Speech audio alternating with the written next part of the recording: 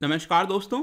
आपको पता होना चाहिए कि हमारे देश में जितने भी डिफेंस के इक्विपमेंट खरीदे जाते हैं, उसका प्रोक्योरमेंट किया जाता है, उसका जो अप्रूवल है वो आता है डीएसी के थ्रू। ये हाईएस्ट डिसीजन मेकिंग बॉडी है, इसको कहते हैं डिफेंस एक्विजिशन काउंसिल। तो रिसेंटली डीएसी के द्वारा करीब 28,000 करोड़ के जो प्रोजेक्ट्स हैं उसका अप्रूवल दिया गया है। आप यहां पर न्यूज में देख सकते हो, defence ministry clears acquisition proposal worth rupees 28,000 crore. और इसमें से भी अगर आप देखोगे तो 27,000 करोड़ के जो प्रोजेक्ट्स हैं वो हम भारत के इंडस्ट्री से ही एक्वायर करने वाले हैं, तो जो काफी इंपॉर्टेंट है मेक इन इंडिया और आत्मनिर्भर के पर्सपेक्टिव से। ध्यान रखिएगा, जो डीएसी है उसको चेयर किया जाता है डिफेंस मिनिस्टर के द्वारा ही, जो कि इस समय राजनाथ सिंह जी हैं। अब ये जो पूरा 28,000 का प्रपोजल है दोस्तों, इसमें जो सबसे इंपॉर्टेंट चीज की चर्चा चल रही है वो आप अक्सर न्यूज में सुन रहे होंगे, 6 new eyes in the sky for Indian air force. तो यहां पर इंडियन एयरफोर्स के पास 6 न्यू आईज आ जाएंगे स्काई में,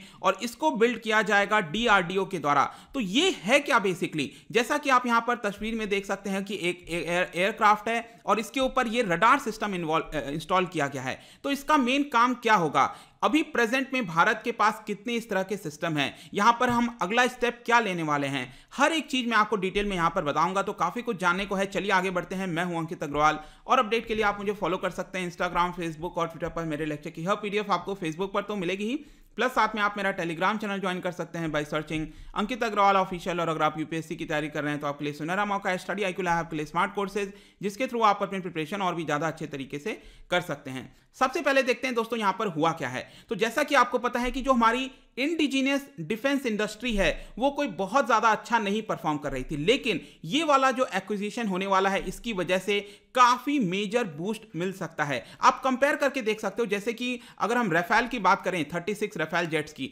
उसका जो ओवरऑल कॉस्ट कितना था, ये करीब 60,000 के आसपास की हम बात कर रहे थे। तो ये वाला जो पूरा प्रोजेक्ट है दोस्तों, यहां पर जो इंडिजीनियस भारत की डिफेंस इंडस्ट्री से खरीदा जाएगा वो कॉस्ट है 27,000 करोड़। तो कहीं ना कहीं हम अब आत्मनिर्भर भारत और जो मेक इन इंडिया है उसकी तरफ शायद धीरे धीरे बढ़ रहे हैं डिफेंस सेक्टर के अंदर भी। अब यहां पर होने क्या वाला है, तो डीआरडीओ के द्वारा, that is defence research and development organisation, build करेगा 6 new airborne early warning and control planes. इसको कहा जाता है AEW&C, ठीक है, ध्यान रखिएगा। Airborne early warning and control plane ये डेवलप किया जाएगा डीआरडीओ के द्वारा, और ये करीब 6 इस तरह के प्लेन्स को एक्वायर करेगा इंडियन एयरफोर्स। तो यहां पर इंडियन एयरफोर्स के पास 6 इस तरह के एयरक्राफ्ट आएंगे। अब ध्यान रखिएगा, इसमें एक और चीज है कि पहले चर्चा चल रही थी कि हम बाहर से एयरक्राफ्ट खरीदेंगे, उसके ऊपर ये जो सिस्टम है वो इंस्टॉल किया जाएगा, लेकिन नहीं, यहां पर एयर इंडिया से हम ये खरीदने वाले हैं। जो एयर इंडिया के पास ऑलरेडी फ्लीट्स पड़े हुए हैं एयरक्राफ्ट के, उनसे 6 एयरक्राफ्ट खरीदा जाएगा और उसके ऊपर ये इंस्टॉल किया जाएगा, जिसकी वजह से जो हमारा इतना बड़ा बॉर्डर है चाइना पाकिस्तान पर के साथ, वहां पर हम काफी अच्छी निगरानी कर सकते हैं। तो ये वाला जो पूरा प्रोजेक्ट है, ये जो 6 airborne early warning and control की बात कर रहे हैं, इसका कॉस्ट आएगा करीब 11,000 करोड़ का, जैसे कि आप देख सकते हो, and it will work like eyes in the sky. तो चलिए सबसे पहले यहां पर मैं आपको जो डाउट है, कई लोग कंफ्यूज हो जाते हैं कि एवैक्स क्या होता है और ये AEW&C क्या है। तो सबसे पहले यहां पर आप ध्यान रखना कि AEWCS का फुल फॉर्म है airborne early warning and control system, जो कि बिल्ड किया जाता है डीआरडीओ के द्वारा।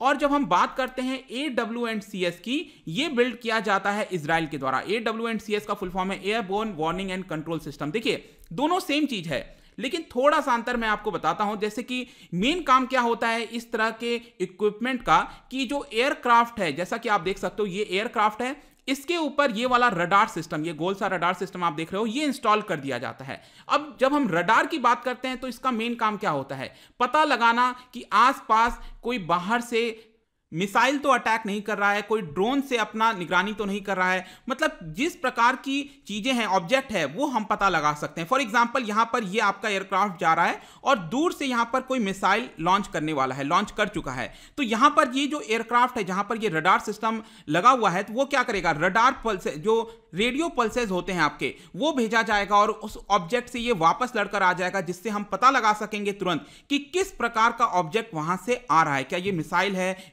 यूएवी है, क्या है ये बेसिकली, वो काफी आसानी से पता लगाया जा सकता है। अब आपके मन में एक और सवाल आना चाहिए कि ये तो हम ग्राउंड पर भी करते हैं, आपने सुना होगा जमीन पर भी कई सारे रडार सिस्टम इंस्टॉल किए जाते हैं, तो वो तो ऑलरेडी काम करता है। लेट मी टेल यू कि ग्राउंड के ऊपर जो रडार सिस्टम इंस्टॉल किया जाता है उससे मच मच बेटर यहां पर हम चीजों को ट्रैक कर सकते हैं। जो हम स्काई में इस तरह की चीजों अगर हम चलाते हैं, लगातार एयरक्राफ्ट को रन करते हैं पूरे स्काई में, तो यहां पर काफी आसानी से चीजों का पता लगाया जा सकता है। और इवन आप कंपेयर कर सकते हो इसको बालाकोट स्ट्राइक से। जब हम बालाकोट में स्ट्राइक कर रहे थे तो फाइटर जेट्स के साथ, जैसा कि आप देख सकते हो ये फाइटर जेट्स जा रहे हैं, तो यहां पर अगर सपोज पाकिस्तान किसी प्रकार का वापस अटैक करता है, कोई भी चीज करता है, तो ये रडार तुरंत पता लगा लेगा और वार्निंग दे देगा यहां पर फाइटर जेट्स को कि किसी प्रकार की कोई चीजें आ रही हैं पीछे से। तो ये काफी इंपॉर्टेंट काम करता है कई सारे पर्सपेक्टिव से। इसके साथ साथ मैं आपको बता दूं कि एरियल कंट्रोल रूम के तहत भी ये काम कर सकता है। मतलब कि सपोज नीचे कोई शिप्स जा रही हैं, ठीक है, फाइटर जो आपका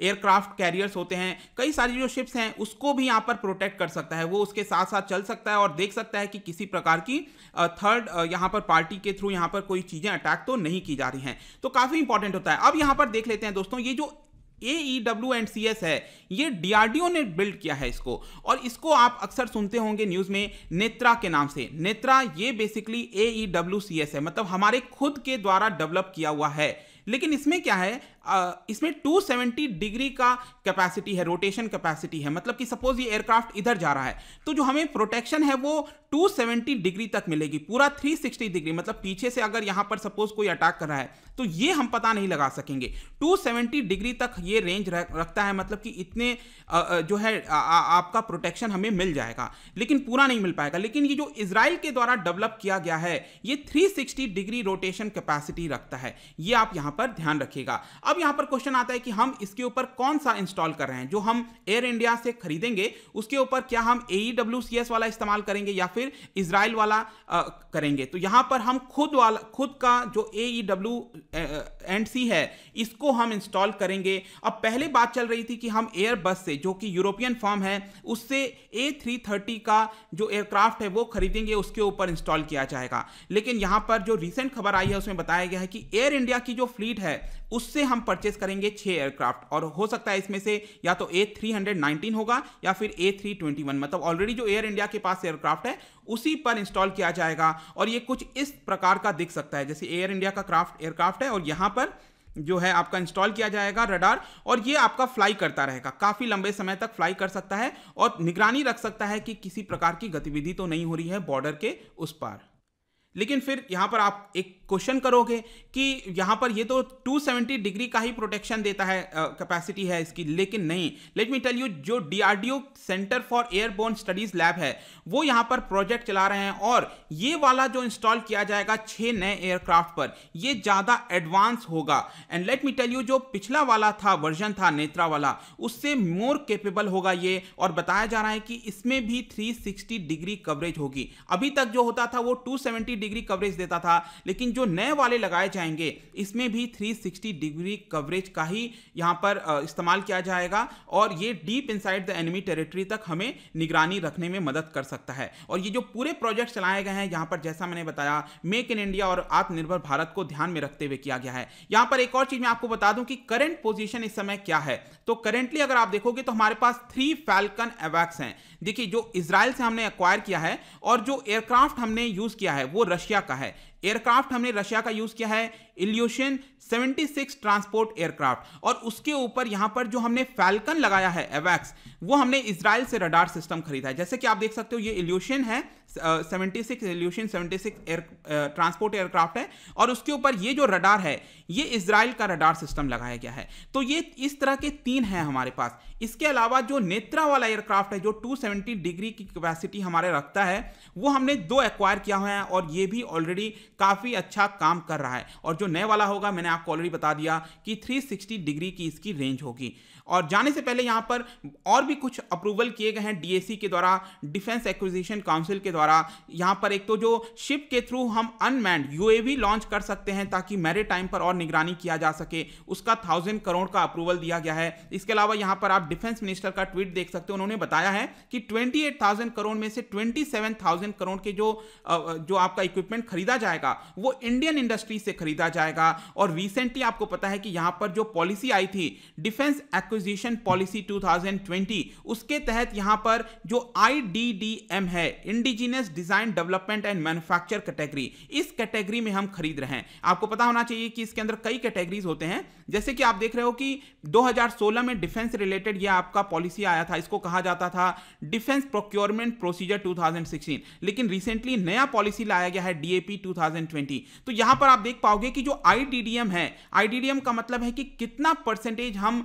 इंडियन जो मैन्युफैक्चरर्स हैं उसका कंपोनेंट इस्तेमाल कर रहे हैं। तो यहां पर अगर हम IDDM कैटेगरी में जा रहे हैं तो मिनिमम नए वाले पॉलिसी में 50% भारत के इंडस्ट्रीज का ही कंपोनेंट इन्वॉल्व होना चाहिए, और पहले ये 40% होना था, तो ये अब बढ़ा दिया गया है नए वाले पॉलिसी के तहत। तो अच्छी बात है कि यहां पर जो हमारी इंडिजिनस इंडस्ट्रीज हैं डिफेंस रिलेटेड, उनको काफी अच्छा बूस्ट मिल सकता है इस पर्टिकुलर एक्विजिशन के थ्रू। आई होप दोस्तों इसके बारे में लगभग सभी जानकारी आपको मिल गई होगी। जाने से पहले एक इंटरेस्टिंग क्वेश्चन आपके लिए लेकर आया हूं। आपको बताना है कि इंडियन एयरफोर्स के पास इस समय हमारे पास जो एयर टू एयर रिफ्यूलर है, आपने देखा होगा कि राफेल भी जब आ रहा था तो उसको हवा में ही यहां पर रिफ्यूल किया जा रहा था। तो यहां पर आप क्या बता सकते हो कि हमारे पास जो रिफ्यूलर है वो कौन से एयरक्राफ्ट काम करता है? क्या आप मुझे बता सकते हो 4 ऑप्शन में? इसका जो राइट आंसर है मैं अपने इंस्टाग्राम पर तो डालूंगा ही, अगर आप इंस्टा पे नहीं हो कोई बात नहीं, टेलीग्राम से ले सकते हैं। मैं कई सारे MCQs यहां पर डालता रहता हूं, स्टोरीज के फॉर्म में आप प्ले कर सकते हो। अगर आप मुझसे इकोनॉमी पढ़ना चाहते हैं, कोई भी कोर्स परचेज करना चाहते हैं, स्टडी IQ ऐप पर जा सकते हैं। आई होप कि ये वीडियो आपको पसंद आया होगा। मिलता हूं आपसे next time. Till then thank you very much, see you soon.